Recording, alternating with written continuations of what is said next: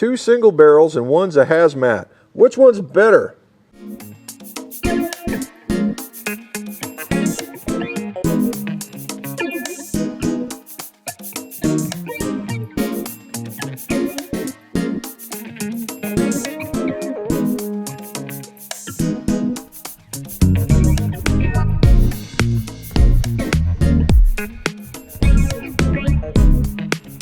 Hey, welcome to Pars and Pours, and this is the very first edition of Pars and Pours.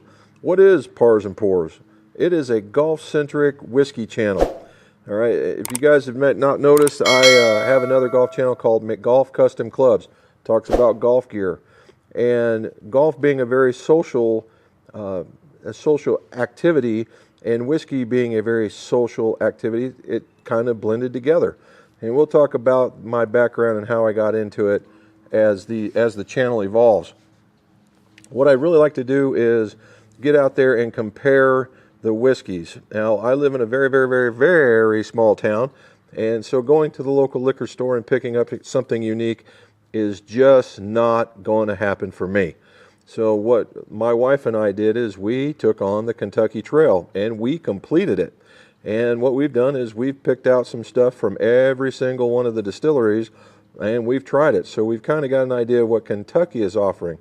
Now as our travels go, and you'll see that we've expanded out into another state.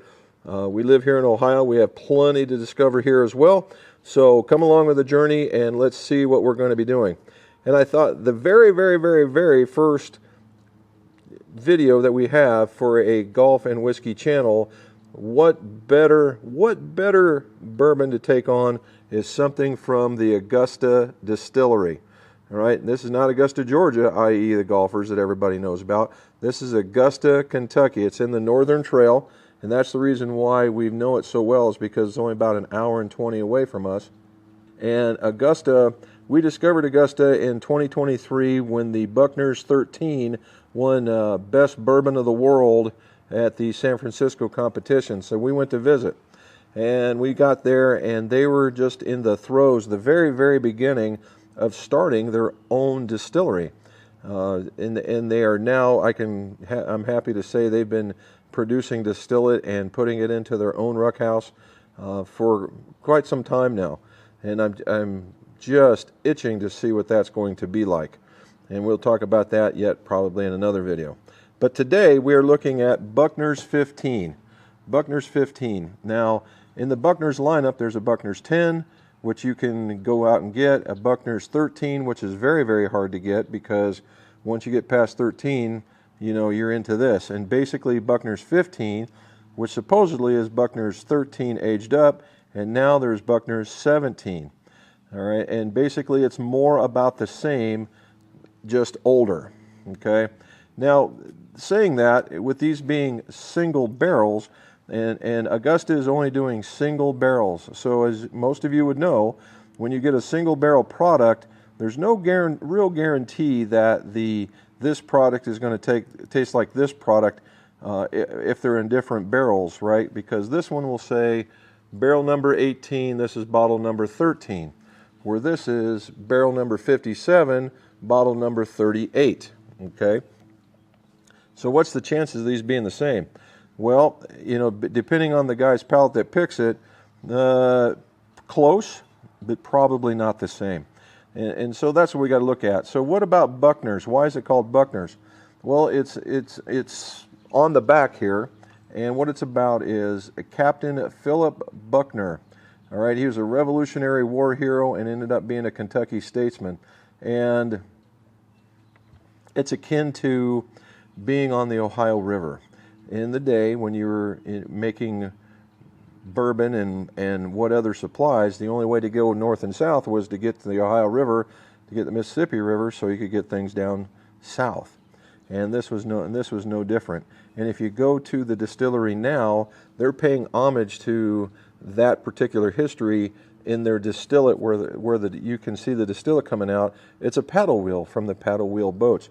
If you get a chance to go, because the people there are just super duper nice.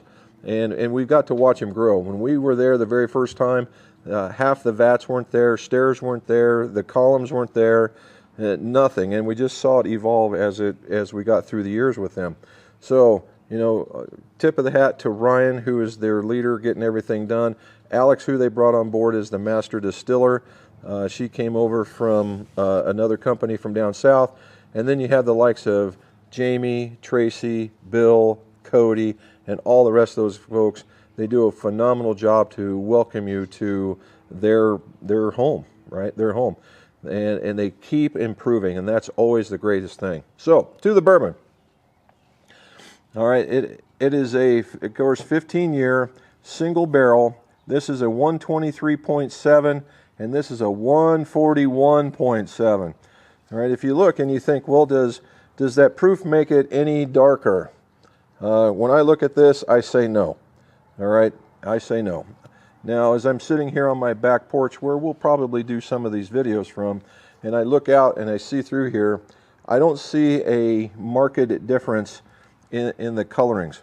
If you get them into the glass and you look at them through the glass, in this particular one, this one is a little bit lighter, this one's a little darker. Now, it could be because of the shape of the glass, this one being a little smaller and this one being a little bit bigger, like a mini Glencairn on a stick and then a traditional Glencairn. So you have those. Not much is known about the mash bill, other than there's been assumptions out there, of which until I know, I'm pretty much not going to tell you, and that's where we're at. So let's get to sampling. Now, what we've done is we've let this sit out for several minutes in order for it to breathe a little bit. As you can tell, I haven't taken a lot out of either one of these, so there hasn't been a lot of air time to get on top of the bottles. And what you're hit with, and this is typical of this, and I have several of these bottles on my shelf, of the 10 and the 15 and the 17, and it's every one of them is a heavy, very sweet caramel nose forward. And then in the back you get maybe a little bit of a cherry note. And then in this particular one is followed up by just a hint of ethanol. Of course, it is a higher proof, but it's super duper pleasant. Now, if you think I'm going to come up with some, Uruguayan alligator toenails or something like that as a nose, then no, that's not going to happen. Very basic in it, and we'll talk about dark and light and those kinds of things. But that's what it comes across, a very pleasant, very sweet kind of nose. So down the hatch, cilantro.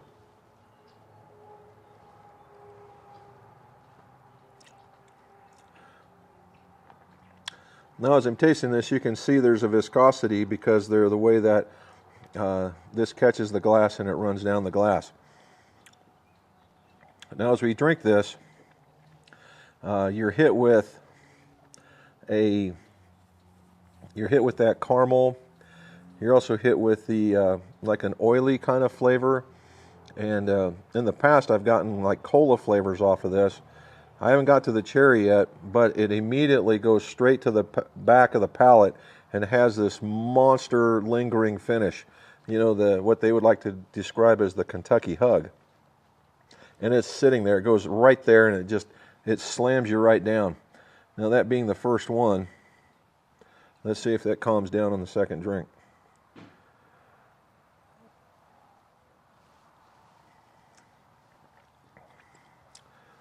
Oh my gosh, yes, way, way, way, way better. You get the caramel note, the viscous note, a little bit of the cola note, and the super duper strong finish is still sitting there from the first drink, but you really can't pick it so much up on the second sip. So, and that's the whole idea of getting your palate acclimated, right? One of the best ideas of sitting on the back porch is I have a 16-acre backyard from our driving range, and my wife likes it so we can watch the deer come out. And right now we've got 2 out there, and they're just little spud bucks.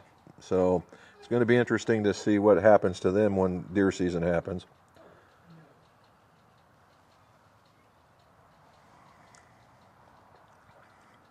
As we get through it, it drinks like a little bit of a proofer, but you still get the flavors that you smell. It's not a surprise. It's not like, oh, I get this strawberry, banana, fluffy, taily, whatever, and then all you get is wood. That is not the case here. Yeah, everything that you got on your nose, you get on the palate. It's a little warm, but as it sits, it gets a little more mellow, and more of the flavors and more of the viscosity gets down through there. Now, the HAZMAT. Why is it HAZMAT? Because it's over 140 proof, and I believe it's DOT says that anything over 140 is considered to be hazardous material. So there you go. So we had to go get it. Wow. Now that's different. Now in this one, remember I was telling you about the cola notes? The cola note hits me just right now. And deeper. The flavors, I mean, it's obviously similar because it's in the same wheelhouse, but in this one, the notes, the nose is, the way to say it is deeper. It's darker. You get that cola flavoring. The caramel takes a super back seat, where in the first one it was right up front, very sweet. This one, you get the cola, maybe a little bit of a brown sugary note, and you don't. And it's funny for a HAZMAT, zero ethanol, right? Zero. That's just something else. That's just amazing. And again, you get it. It's nothing extra. It's about the same way that if you look into the glass that's coming off of this. Again, to your health.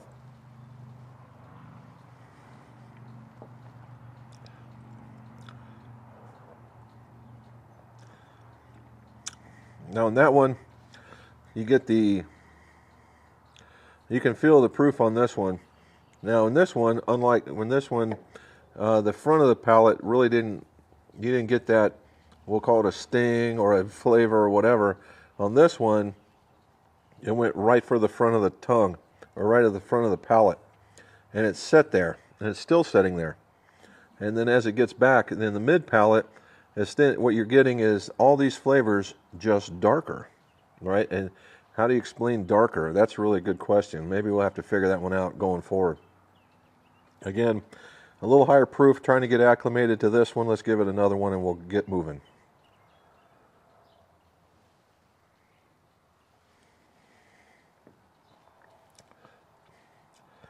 Yeah, again, so after the first one, just like the lower proof one, the first one's kind of a slam into your mouth, wake you up, slap you a little bit silly, just like you topped one off the tee, and then you kind of gain your composure and you just drill your second shot.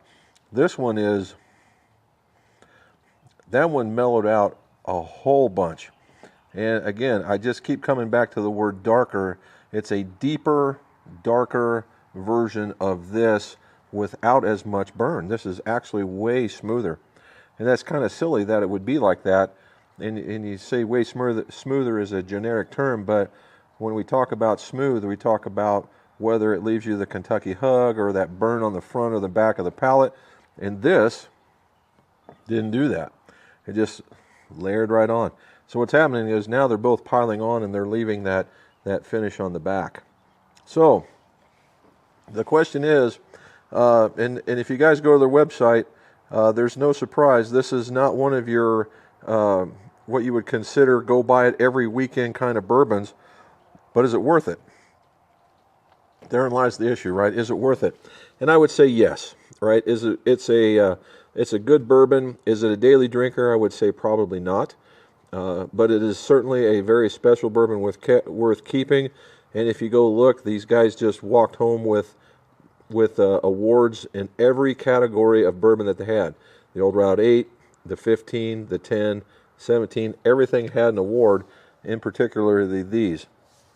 So if you're liking something that you want to share with your friends, bring them over and have a good time and get a very complex bourbon, this would be the way to go. All right, recommended highly. I would say it's staying in the bag.